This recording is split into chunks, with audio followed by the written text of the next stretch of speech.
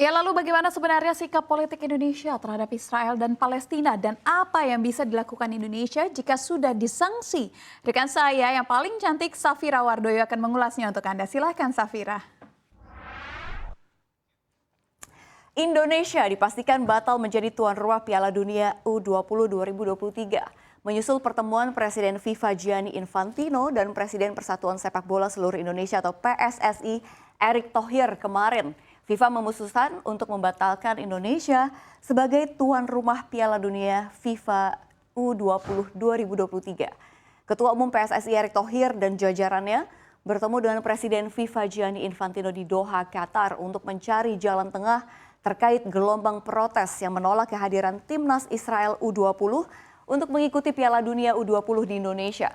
Protes itu sendiri dilatar belakangi oleh tidak adanya hubungan diplomatik Indonesia dengan Israel sehubungan dengan konflik dengan Palestina yang berkepanjangan. Lalu seperti apa sebenarnya kronologi yang menyebabkan Indonesia ditendang sebagai tuan rumah langsung oleh FIFA?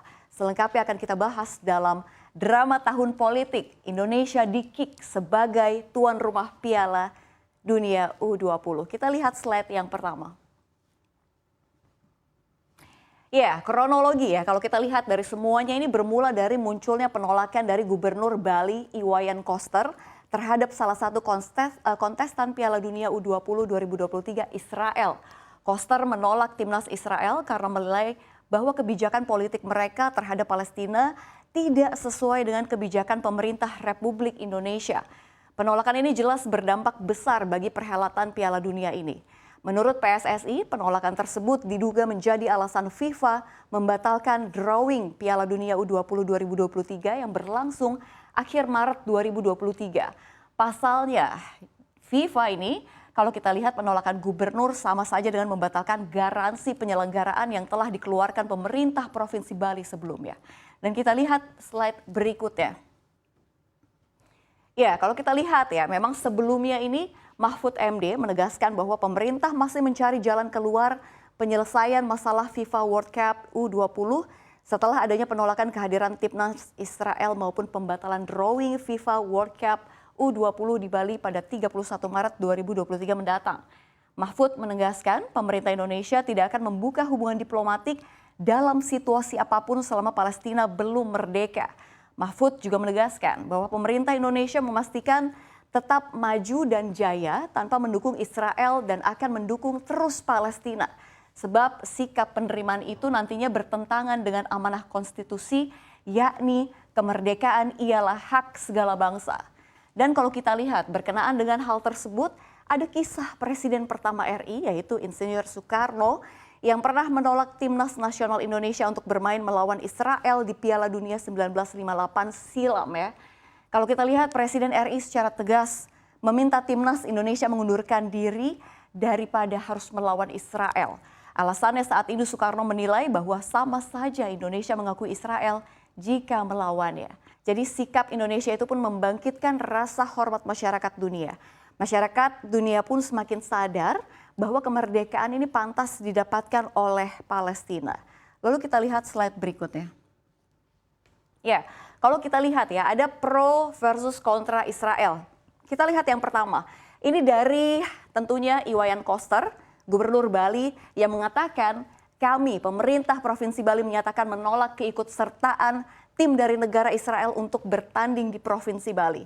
Lalu yang kedua ada Ganjar Pranowo, Gubernur Jawa Tengah yang menyebutkan bahwa penyelenggaraan Piala Dunia U20 bisa dilakukan tanpa mengorbankan komitmen panjang kita untuk mewujudkan Palestina merdeka. Lalu yang ketiga ada, kita lihat anggota Komisi 3 DPR fraksi PKS Nasir Jamil. Beliau mengatakan bahwa fraksi PKS menyampaikan penolakan tim Israel karena kami ingin pemerintah berkomitmen.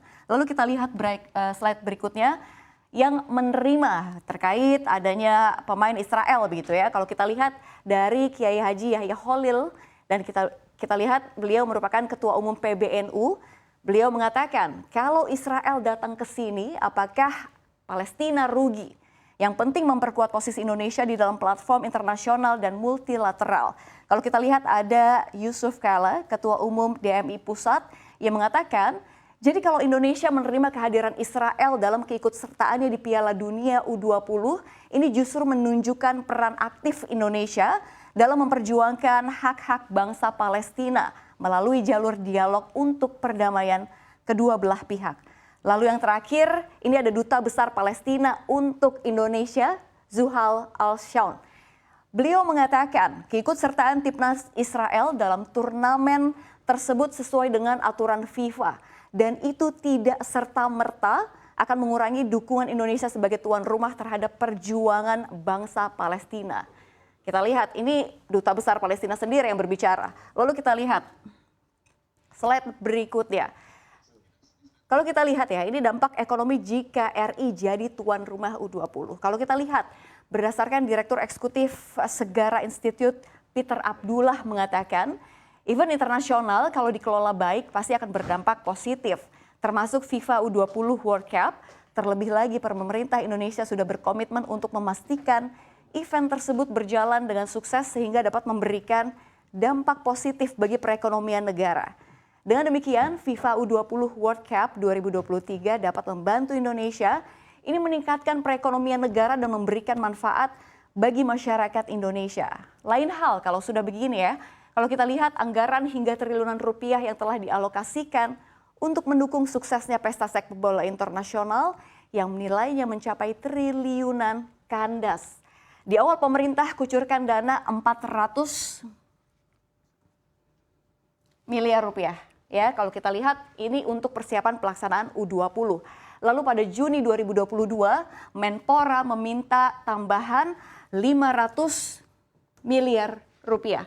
Lalu ada bantuan dari Kementerian PUPR turut menyuntik dana 314, ini dari PUPR, 314, dan ini untuk renovasi stadion-stadion. Dan baru saja bulan lalu ditambah 175 miliar rupiah. Dan jika di total-total ini angkanya mencapai 1, triliun rupiah.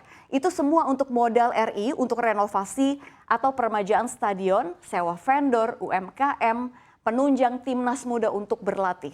Ya, kalau kita lihat pemirsa, lantas dengan adanya kejadian seperti ini, nasib sepak bola Indonesia seperti apa? Mimpi para pemain timnas pupus, gagal sebelum bermain, bahkan mimpi dari anak bangsa sendiri dihancurkan dengan sekejap mata. Ya, ini nasi sudah menjadi bubur. Entah kapan lagi Indonesia dapat kesempatan emas menjadi tuan rumah Piala Dunia. Kita harapkan dengan kejadian ini Indonesia bisa bersikap lebih dewasa lagi dalam menghadapi situasi persoalan.